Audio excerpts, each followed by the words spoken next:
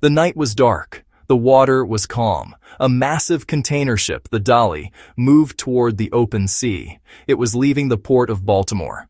Ahead stood the Francis Scott Key Bridge, a familiar silhouette against the sky. The ship was a marvel of modern logistics. It weighed over 100,000 tons when loaded. It carried the goods that fuel a global economy. Then, something went wrong. The lights on the ship flickered and died. A total blackout occurred. The vessel went dark. It was a ghost ship, moving silently toward a fixed steel obstacle. This was not a simple accident. It was the result of a cascade, a chain reaction that began with a single, critical failure in its electrical system. The ship struck a main support pier of the bridge. The impact was immense. The steel structure, built for a different era, could not withstand the force. In seconds, the central span of the Francis Scott Key Bridge twisted and collapsed.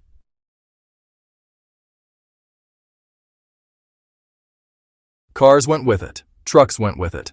Lives were lost. The port was instantly sealed off from the world. This event was not caused by a storm.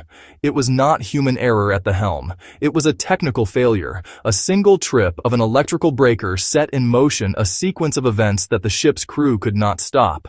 The disaster exposed a terrifying vulnerability in the systems we depend on. The ship was nearly 3 football fields long. It was powered by a huge diesel engine. But that engine relies on a complex electrical grid. Lights on the deck, pumps deep in the engine room. It is the ship's nervous system. On that night, that system failed catastrophically. The initial problem was small.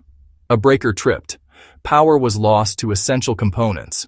The ship's immense momentum did not stop. The crew had minutes, then seconds, to avert a collision. They were fighting a battle against physics with tools made useless by a simple electrical fault. Audit Report: Francis Scott Key, Bridge Collapse. Date: October 26, 2024. At 01:25, breaker HR1 and LR1 unexpectedly opened. The blackout cut power to cooling water and lubricating oil pumps. Automatic protections shut the main engine down. Propulsion was lost. The emergency generator started and fed the emergency bus. It powered the emergency steering pump. But with no prop wash, the rudder was far less effective. Manual restoration was brief. A second blackout followed. Fully loaded, moving at roughly 9 knots, the Dolly's inertia dominated. A last-ditch port anchor was ordered. Drag, not a stop. Momentum met a fracture-critical bridge. With wreckage blocking the channel, the port was closed. No large vessels could get in or out. Autos and light trucks, America's busiest RO port, froze overnight. Construction and farm machinery were delayed and rerouted. Gypsum, sugar, aluminum. Input stalled. Downstream delays mounted. Truckers, warehouse staff, small businesses, income at risk. Ships diverted to New York, Norfolk, Philadelphia. Congestion and added cost.